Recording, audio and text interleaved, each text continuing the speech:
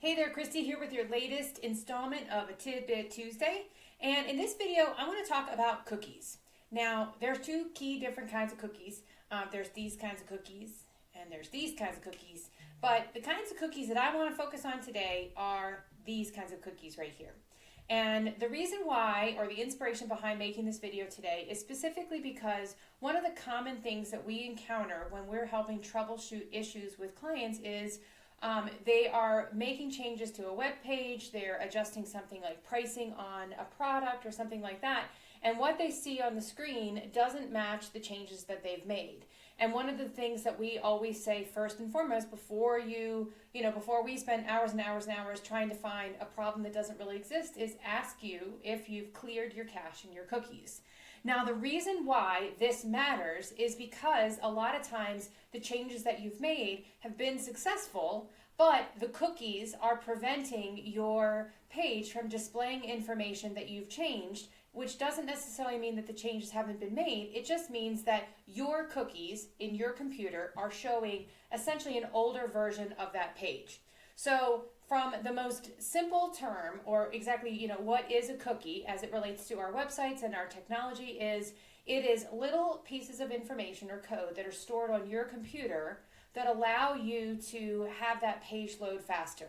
And that same information that's going to be used to make it so this page pulls up in an instant is also then what companies are going to use to essentially learn and understand your behavior so that you can get ads targeted based on your interests and your buying habits and things like that. So when we talk about needing to clear your cache and your cookies, it's specifically because when you are trying to make changes, those changes haven't been refreshed to the extent where when this page loads, it's going to show those most recent changes. And the reason, and here's the real reason why I am creating this video. Yesterday, I was testing out a product that I hadn't used in a while. So before I sent it to somebody to use, I wanted to make sure that the purchase was successful, the automation worked, and I wanted to make a small, tiny change. I wanted to make it so that the annual and monthly pricing was available at the same time.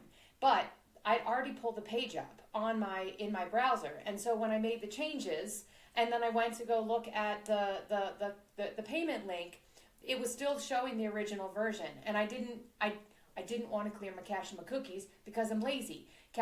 Your cookies are also the thing that helps store your passwords and things like that for easy access, easy loading, and I didn't want to lose that. So here I say that we get the pain sometimes that it's annoying to have to do it, and we too ourselves don't like to do it if we don't have to. But at the same time, if you are experiencing a problem with changes that you're making not showing up on the page, before you go and submit a ticket, the things that you can consider are, one, testing in an incognito window, pulling up that content in a completely different browser if you're not willing to clear your cache and your cookies. And then the final thing is clear your cache and your cookies. And that's going to allow you to get a more accurate view of whether or not the information that you're viewing on your page is real-time data.